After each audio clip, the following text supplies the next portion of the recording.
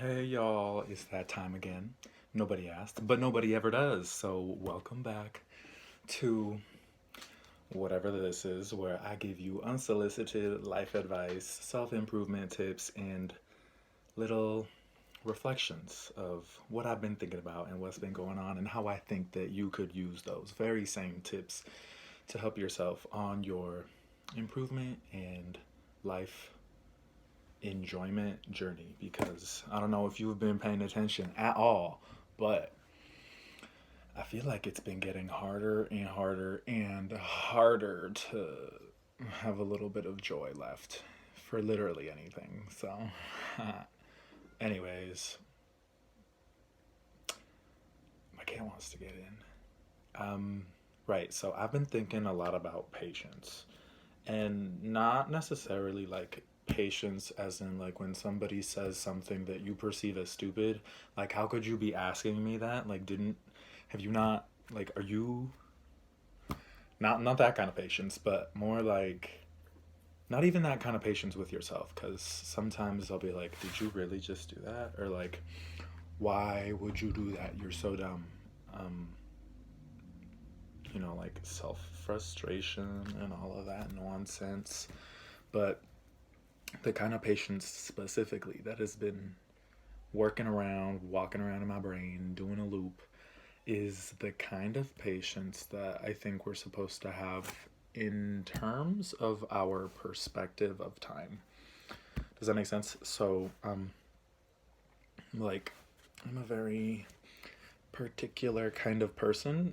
We're gonna use an example of this one time when our friends, me and a couple of other people, went to a little riverside and we had like a little picnic by the river. It was cute. There was like a trail. It was nice and everything. But at the end, we all started packing up at the same time, and like everybody was done within like a minute or two. They just kind of like shoved all their stuff in their backpack. But I'm the kind of person where like I gotta whip out the blanket, make sure there's barely any dirt left on there, fold it up so that the part that was touching the ground is on the inside, and then like put my things back in the way that I put them in when I packed up to go on the trip. And part of the reason that I do that is to be sure that all of the things and all of my possessions that I cherish and that I chose to bring with me on this little adventure made their way back home with me. Because like, I don't know what kinds of systems other people use to try and secure their stuff, I guess, or whatever they need to be keeping track of. But that's how I do it. I have a very everything has a home, and it might not look like that to other people, but the way that I have the patience to do those things allows me to a not be so stressed about what the hell is going on, or b not carry any of the stress of not knowing something or being insecure or unsure about those very same things to the future, so that I could be less stressed in the future. And c, it just like, stop and smell the roses. We don't have, like, there is no guarantee that when you wake up tomorrow or before you even go to bed today that you're gonna like walk across the street and get run over, or somebody is gonna like accidentally shoot you, like sniper through a window from a building 40 feet away because somebody has it out for you. Like, you don't know. I don't know. In an ideal world, I would love to live past the age of 80, provided that I'm successful, secure, and happy. But we don't have that security. You like, the only certainty we have around death is that inevitably at some point or another it will happen. And so this morning I was like, and by this morning I mean like 2 p.m., because we don't make the best decisions about when to go to sleep on the weekend. But this morning I was like having breakfast and I was like drinking my tea and I was like, okay, I gotta do this, this, and this. And then out of nowhere, I just started getting like really anxious and like speeding up about all the things that I was doing. And I was like, hold on a second. Hold on. Why are you anxious? Why are you doing this all so quickly? Why aren't you enjoying the minute details of the process? Why? Like, why?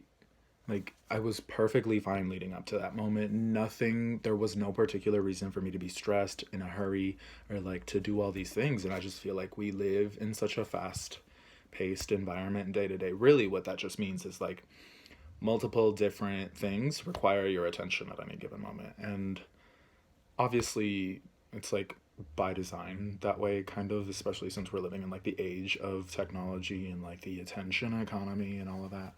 But I was just really disappointed to see that. And like, just when I stopped to take stock of everything that I had to do, I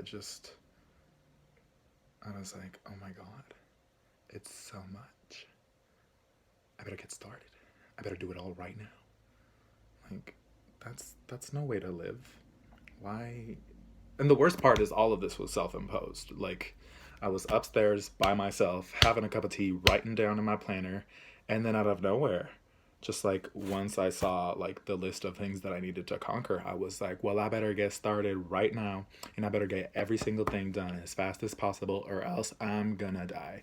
And obviously that's not the exact reaction that I had. We're using a little bit of hyperbole for color, but you'll get the point. So I know it's a cliche to say stop and smell the roses, but if you really think about the true intentions behind that phrase, it's we don't know how much time we have left. And if you spent all of your time that you do have left caught up and worried and stressed about what you're going to do next, you're going to miss out on a lot of the joy and wonder and the magic even of doing things with patience, doing things at your own pace, and really experiencing time as it passes you by.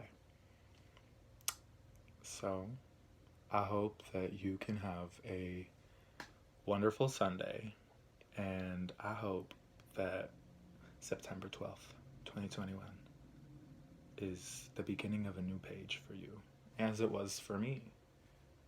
So, thank you for listening, and have a wonderful day.